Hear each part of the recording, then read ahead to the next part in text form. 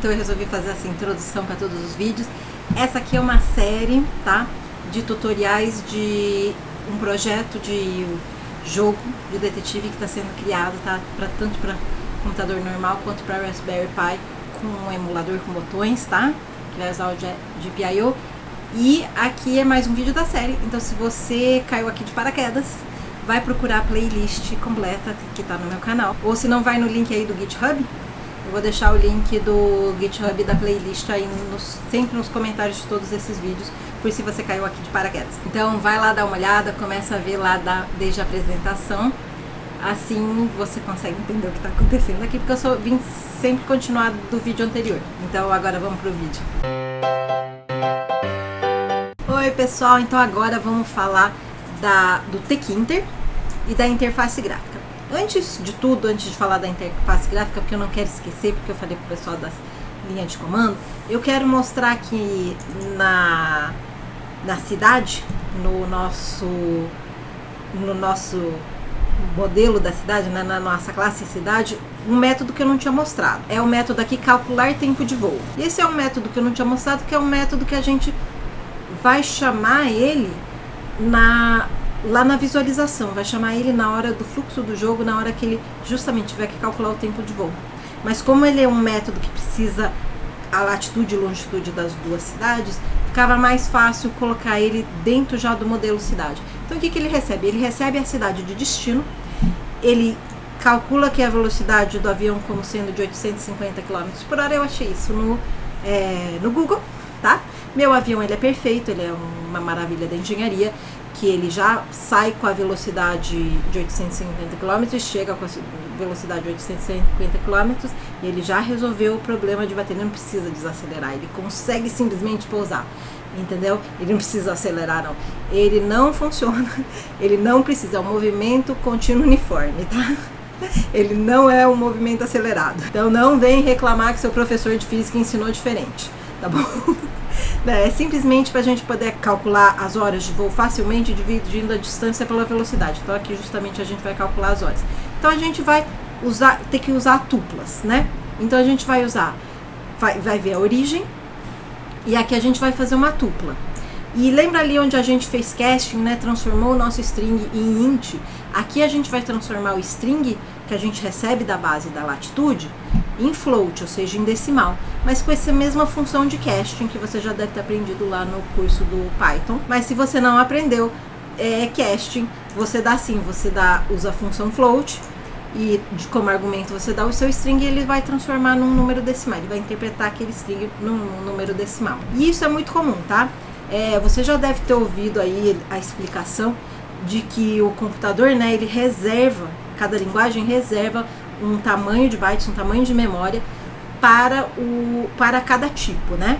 Então, quando ele se encontra com um número decimal com uma precisão muito grande, muitas casas depois da vírgula, ele talvez não consiga representar naquele espaço de memória, naquele número de bytes, aquelas casas decimais todas.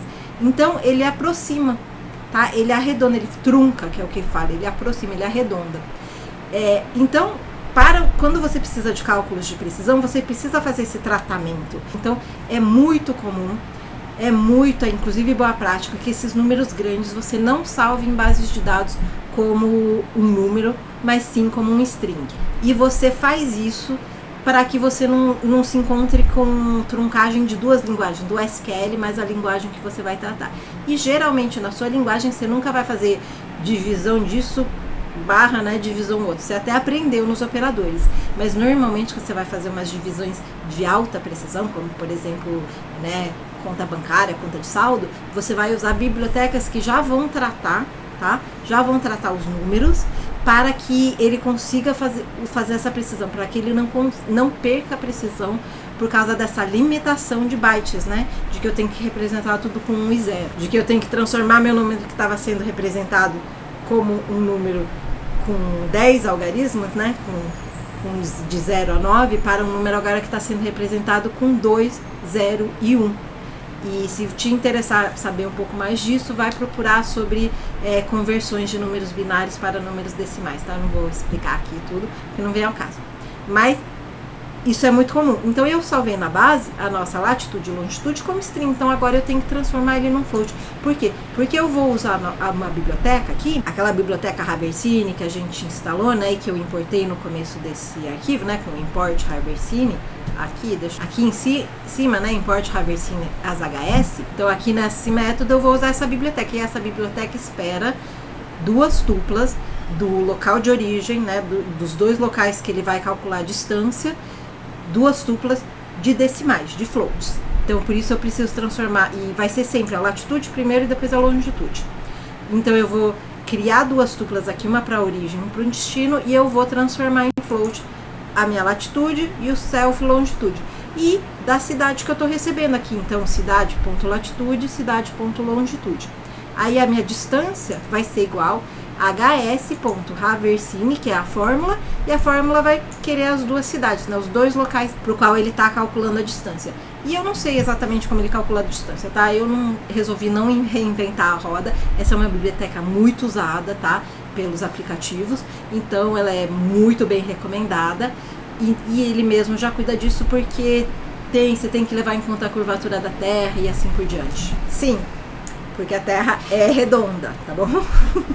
Só a nível de informação aí. Então a gente aqui está calculando a distância.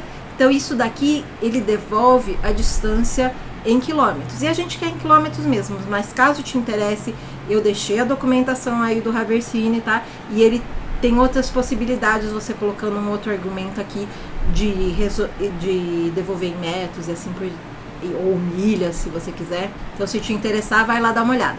Então print distância, eu imprimo a distância, aqui eu dou horas e eu uso a função round para arredondar, porque eu só quero inteiro, as minhas horas eu quero que elas sejam inteiras, para descontar, eu não quero saber de detalhe.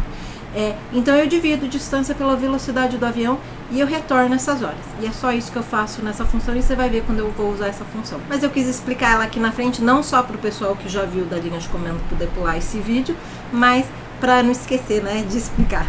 Então vamos para a próxima aula?